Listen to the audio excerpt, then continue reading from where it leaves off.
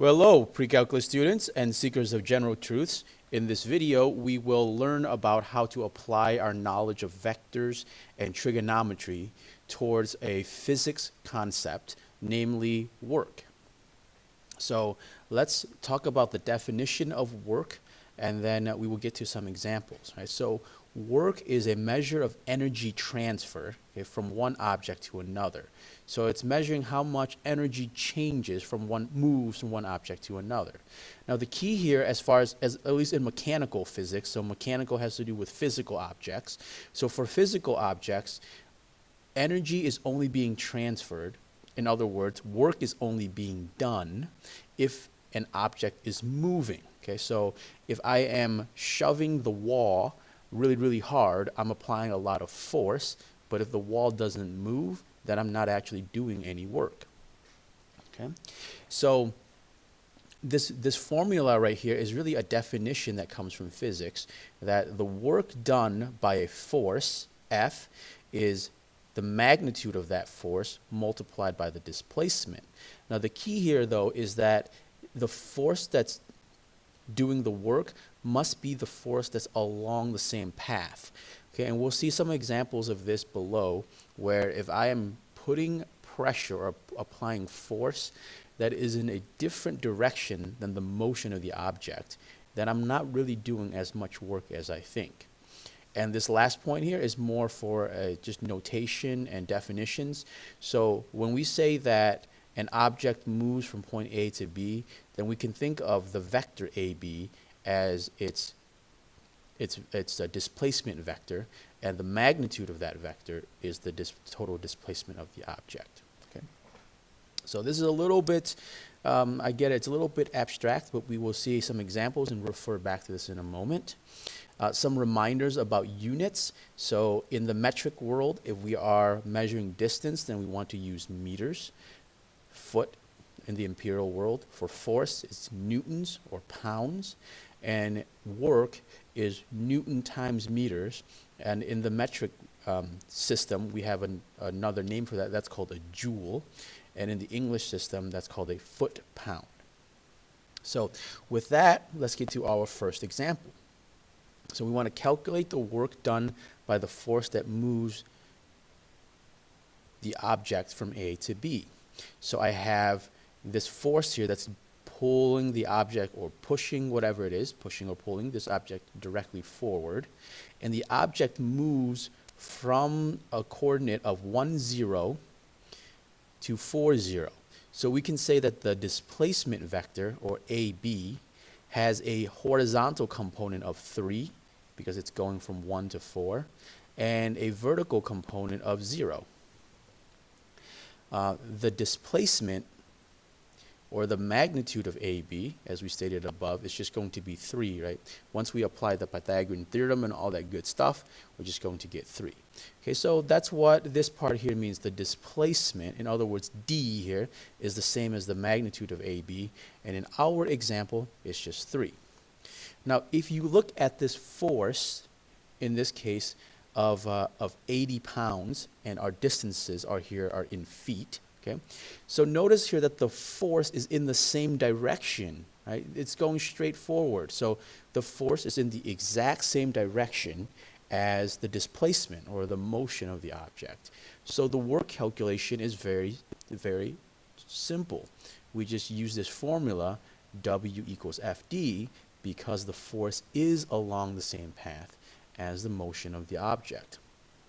So in this case, work is equal to force, which is 80, multiplied by the distance, which is 3.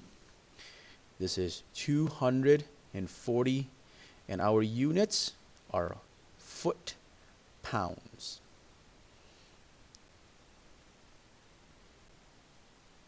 Foot-pounds.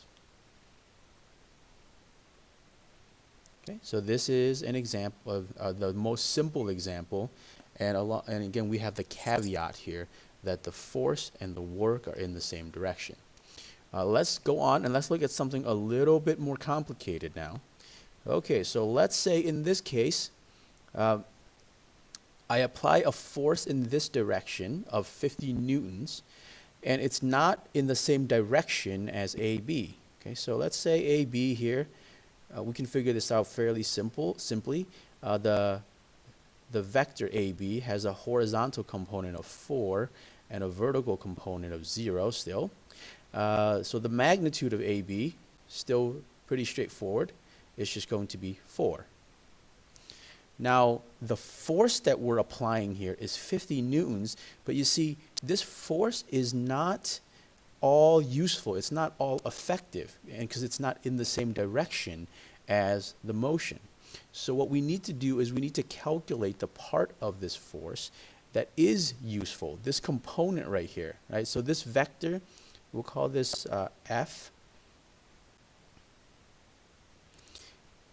has a horizontal component in this direction, horizontal direction, and a vertical component this way. So F here is a vector, and it's equal to I should use different letters than AB since I already have it over there. So we'll say this is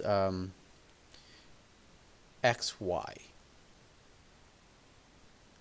Okay, so X here is the horizontal component, Y is the vertical component, and you see here that the only part of this force, or the only component of this force that's actually doing work, is the X component here, not the Y component.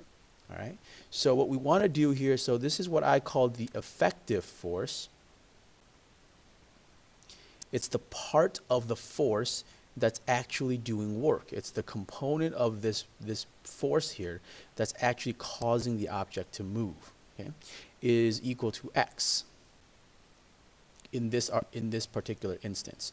And what we need to do is just figure out X, and that's not too hard to do. We can use our knowledge of trigonometry. The adjacent side here is X divided by the hypotenuse, which is 50, is equal to the cosine of 30. Okay. X then is equal to 50 times the cosine of 30. Cosine of 30 is root 3 over 2. So we end up with 25 root 3. Okay?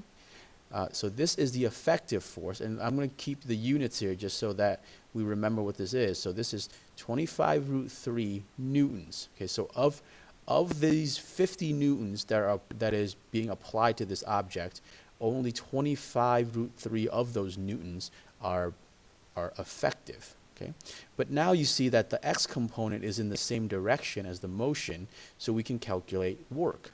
Work then is equal to the force that's along the same direction, in this case 25 root 3, multiplied by the distance that this object traveled, which is 4. Okay. So calculating all that out, this is it's exactly 100 root 3. And we can put this into a calculator and figure that out if we need to, but I'll leave this as right now just so that we focus on the concept. Our units here are Newton meters, and so we can also say this is 100 root 3 Newton meters or 100 root 3 joules. Okay, either of these answers are perfectly correct, okay, because again, a Newton meter is the same thing as a joule. All right, so that is a very brief and quick introduction into the world of work, force, and distances, and how we use vector and trigonometry. The main takeaway, again, is that there is such a thing called work in the world of mechanical physics, and it's equal to this equation, but with some caveats. All right, as always, thank you for watching. Keep working hard on these questions. They are tough, but certainly doable, and have a wonderful day.